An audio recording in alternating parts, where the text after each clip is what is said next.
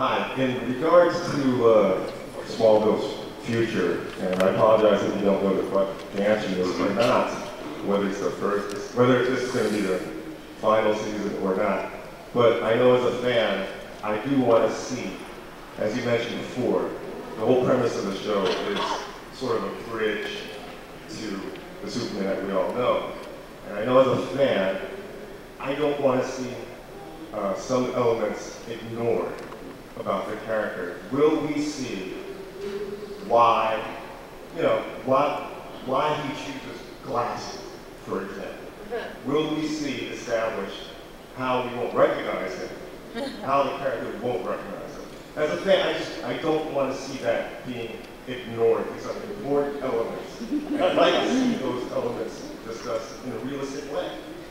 Yes, yeah. I think so.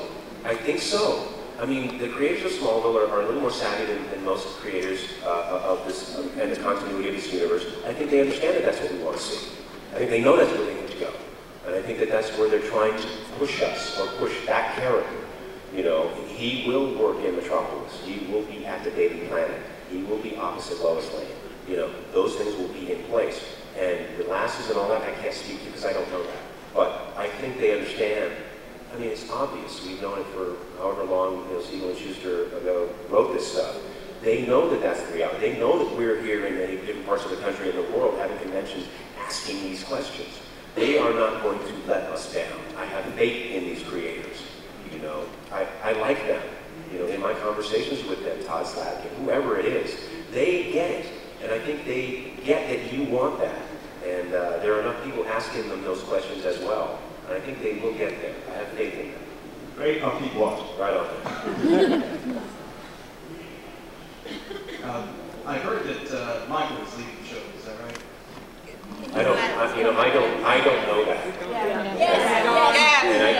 But I think that if he does leave the show, there will be ample opportunity for him to come back and reprise the role in some way. Whether he takes the opportunity or not, that's not up to me. How do you think it will affect the future of the show? I mean, I've always seen him as one of the main legs of it as far as an actor and as a character, and I'm worried about what the loss of him would do to the show. The other day I was on the set. I mean, I'm here, so you know I'm doing the show, so that's not a surprise. I'm on the set the other day, and one of the wardrobe guys who's been on the show since season 1 said, "I think this might be our best season this season because of all that's going on." And now he's a real stickler, this wardrobe guy, and he, like I said, he's been there from day 1. And it was just very off the cuff. I didn't expect him to say it. I didn't anticipate it. I didn't ask him. He just kind of volunteered that information. So if he's there on the set every day watching the work, and Hollywood crews, or Vancouver crews in this case, are very jaded. They've seen it all.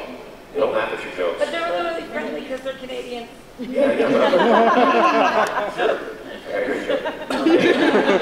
It's a very user-friendly joke. But anyway, I think hearing that comment from him, it encouraged me that this season will be as exciting, if not more exciting. Will we miss Lex? Of course we'll miss Lex. This is one of the major villains in the DC universe. And he's a great villain. He's such a good villain that we almost love him. We love him, we hate him, we hate him, we love him, I understand. I'm going to miss him too. I wanted to do scenes opposite Michael and act opposite Michael. I got to work with John Glover, but I didn't get a chance to work with Michael.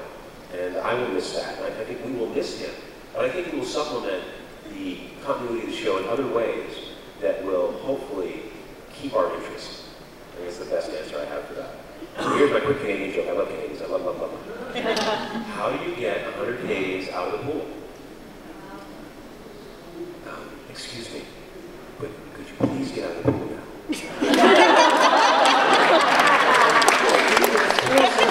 Sorry, somebody's going to swim. I'll towel off.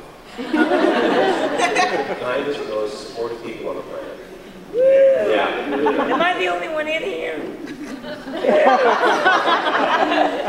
Wow. You're very alone now.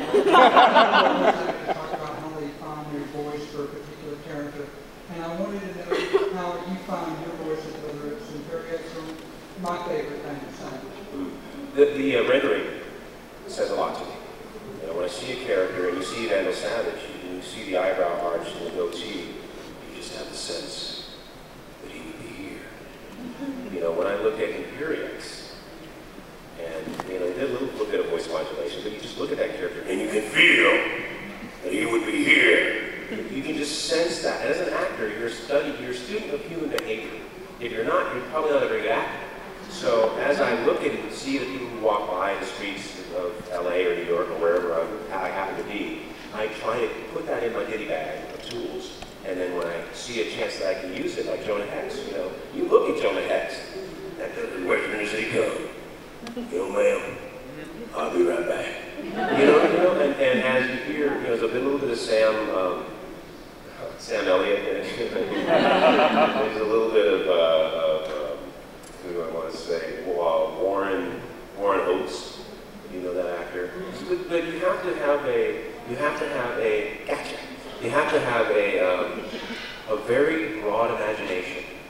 Voiceover actors are the most talented, most intelligent actors I've ever worked with anywhere.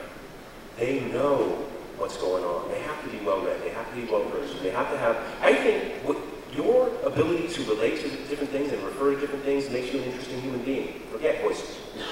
The more things that your mind can agilely light on, politically, sports, this, that, blah, blah, blah, blah, then you can talk and engage with anybody. Then they're interested in you and you are interesting. If you know one thing really, really well, you're really interesting about that one thing. When you jump off that subject into someplace else, you'll be bored. You know what I mean? So voiceover actors can't afford to do that. Not only do we not have the benefit of physically walking and talking and wearing the costume, we have to interpret what that costume and that vision would say to you. You know what I mean? Not just what it says to me, but how the audience will react to that voice. You know, I did a character called Doc Sweet in Atlantis, and that was a big, you know, lovely guy who just loved life, and he was, oh, Milo, that's my 3 o'clock, you know, and I looked at that character and I saw his smile, I'm like, hey, I want to play this guy, you know what I mean? And so as an actor, you just let your mind run rampant and stay a child. Be a child. Don't grow up. Don't tell them you can't. You know, don't let them tell you you can't. And don't judge yourself. Don't edit anything. Allow yourself to experience it all and then reflect in your work as an actor. I was not very funny when I first started as an actor. I was funny in real life. I just wasn't funny on camera because I took myself very seriously. I wanted to be a leading man, romantic guy, boom, boom, boom, hit the girl. You know, there weren't a lot of guys of my ilk doing that. So that's what I wanted to do. When I started doing Seinfeld, I threw all the rules out the window. I was like, shoot, man, I gotta be funny. And the only way to be funny is not to look at yourself and go, what am I gonna do? My eyebrow, you cannot micromanage. Funny guys aren't like that. Comedians aren't like that. They flow with it. If it's not funny, the audience will tell them, but they don't judge themselves out. And as a good actor, you have to allow for all of those impulses to dwell within you, and then uneditedly, if that's even a word, let it spring forth impulsively. And then we all get it.